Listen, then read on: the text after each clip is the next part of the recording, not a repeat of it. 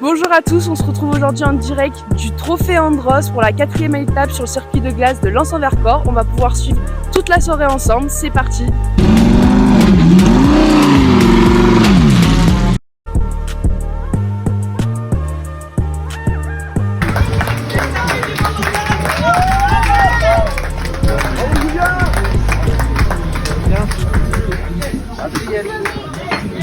Déjà, merci de nous parler de vous interviewer. Avec donc grand déjà, plaisir. félicitations pour la pole. Qu'est-ce que ça vous fait?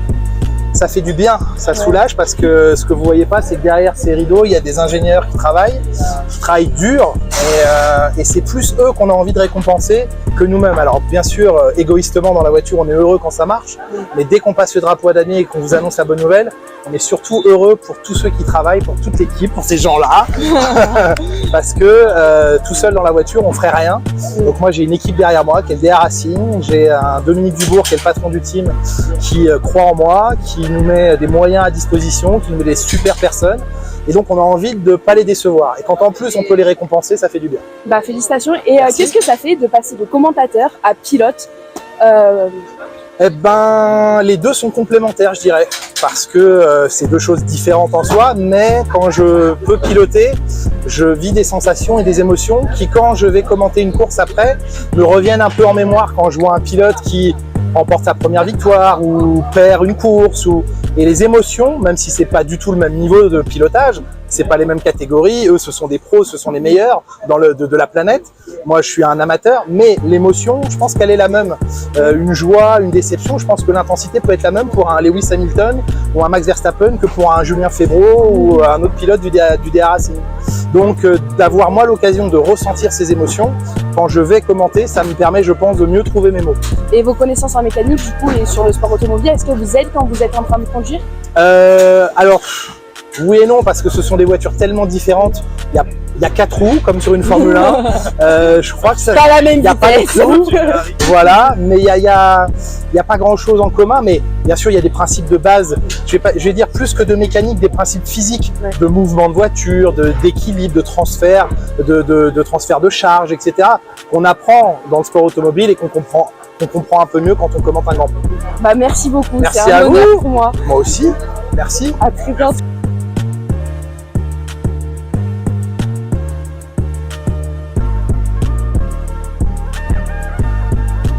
On se retrouve en direct avec Diego Elgaoui. Bon alors Diego, comment c'est là sur votre pole? Ma deuxième manche de qualif, Ouais, c'est plutôt bien passé. Moi je suis vraiment rookie, je découvre la glace et globalement je découvre le sport auto, ça fait qu'un an que je roule. Donc j'ai pas la prétention de pouvoir essayer de titiller des places. Mais plus je roule, plus je me rapproche du classement, donc je commence à être vraiment content de moi. Et elle vient d'où cette passion pour l'automobile? C'est un truc qui est né il y a très longtemps parce que dans ma famille, il y a beaucoup de gens qui ont apprécié le sport auto, notamment la F1 quand j'étais plus jeune, où c'était les grands prix en famille le dimanche. Et maintenant, j'ai de la famille qui est dans le sport auto, mais plutôt côté FIA, donc bah voilà, je m'intéresse à tout ce qui se passe. Et en fait, on m'a offert un simulateur juste avant le Covid, mes amis et ma chérie pour mon anniversaire. Et je me suis retrouvé enfermé comme tout le monde pendant 3 mois à la maison, sauf que moi j'avais un simu. Et là, j'ai commencé à rouler, je me suis dit, tiens, c'est trop bien, il faut vraiment que je roule en vrai, et c'est vraiment né de là, quoi. Et le Trophée Andros, pour vous, ça représente quoi? C'est un symbole emblématique, c'est une institution.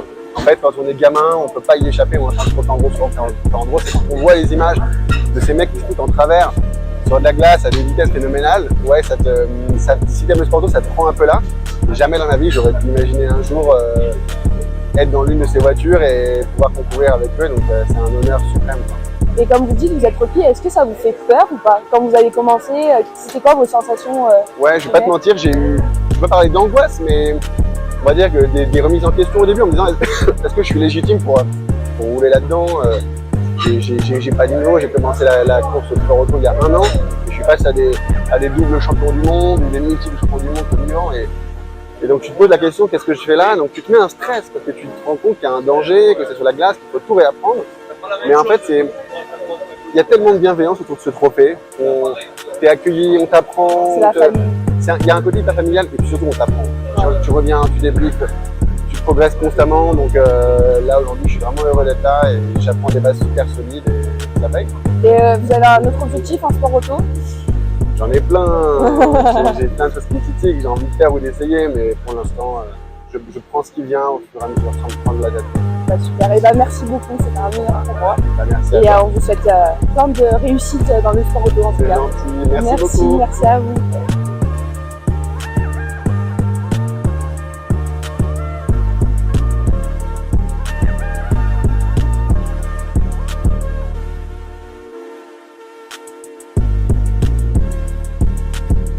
Bon, on est en direct avec Dorian. Alors Dorian, comment s'est passé un peu cette journée? On sait qu'elle n'est pas encore finie, mais Alors ce matin il faisait froid et maintenant il fait encore froid. Donc c'est plutôt bien pour la glace du Trophée Andros.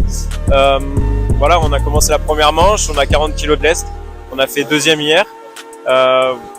Première manche un peu compliquée, on fait top 5 quand même mais un peu compliqué. Je vais espérer faire mieux ensuite là, donc on va tout donner. Et qu'est-ce qui change un peu de toutes les compétitions que tu as pu faire auparavant? Même on sait que tu fais encore la porte. Et... Le Trophée Andros, Ouais. Bah, le Trophée Andros c'est très particulier, il y a de la glace, très peu d'adhérence comparé à des courses sur piste. Voilà, après on aborde le week-end différemment, on doit placer l'auto très très tôt dans le virage et ça c'est des choses qu'on n'a pas l'habitude de faire sur la piste. Et du coup, on peut se dire que les sensations elles changent en fonction des circuits, de comment se trouve la voiture. Ouais, bah forcément ça a rien à voir, c'est deux catégories complètement différentes. On a beaucoup de pilotes qui viennent du circuit mais aussi du rallye ou du rallycross. Rallycross ça se ressemble beaucoup plus au Trophée Andros que ce que je fais moi en Porsche Cup. Mais voilà, on s'y habitue rapidement. Et un mot pour définir le Trophée Andros. Il fait froid. Merci beaucoup.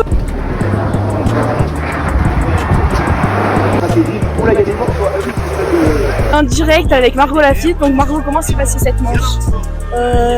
Pas bien, je suis pas contente.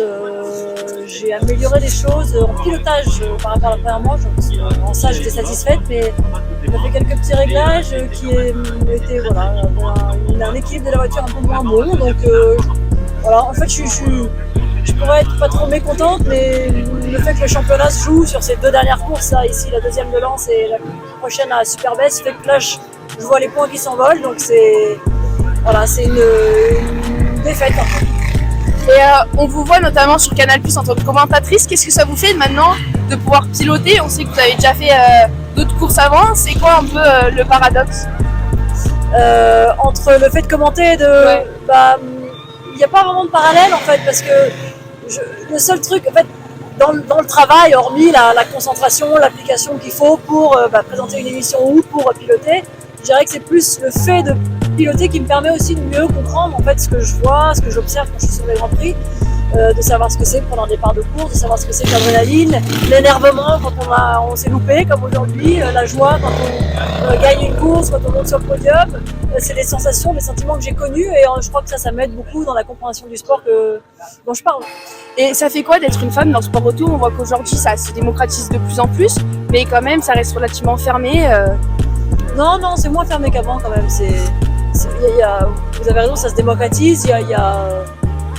C'est plus accepté, c'est plus normalisé, ça reste un sport mixte. Donc voilà, on en voit plus. Il y a plus de femmes qui pilotent, plus de femmes qui aiment ça, plus de femmes dans la F1 qui travaillent à différents postes d'ingénieurs, de directeurs d'écurie. Donc voilà, je crois juste que celles qui aiment ça ont plus de terrain pour s'exprimer maintenant qu'avant. Il n'y en a pas forcément plus du tout, mais c'est juste que celles qui avaient les velléités de le faire avant peuvent le faire maintenant. Et ça fait quoi d'être dans l'écurie de Sébastien Loeb? C'est la 3e année maintenant, ou 4e, je sais plus. Mais en tout cas, 3e, je crois. Donc c'est un peu, voilà, je suis plus habituée à ça qu'avant, mais la première fois c'était une belle découverte parce que j'avais toujours été dans la même équipe chez Saint-Éloge Racing pendant toutes les années où j'ai roulé en élite, donc c'était un peu du sang neuf, une autre motivation parce que on a envie de faire ses preuves aussi, on a envie de montrer de quoi on est capable, donc c'était une petite fraîcheur qui a fait du bien, et puis d'avoir Seb aussi comme équipier sur la première course à Valto, à Superbès l'année dernière et tout, c'est des moments assez intenses en émotion, c'est des partages aussi d'expériences et tout qui sont super intéressants et bien pour moi. C'est une nouvelle façon d'apprendre un peu? C'est pas une nouvelle façon d'apprendre, mais c'est une approche d'avoir un mec de son calibre comme équipier, c'est une valeur ajoutée énorme, et c'est dans l'expérience que j'acquiers dans mon pilotage et tout, c'est très précieux. Et bah merci beaucoup, bonne continuation. Merci. Vous êtes plein de bonheur. Merci beaucoup. Merci à tous de m'avoir suivi pour aujourd'hui, c'est une fin de journée pour nous. Merci de m'avoir suivi, merci à toutes les personnes qui m'ont accompagné et notamment à toutes les personnes que j'ai pu interviewer. Et à très vite pour de nouvelles courses.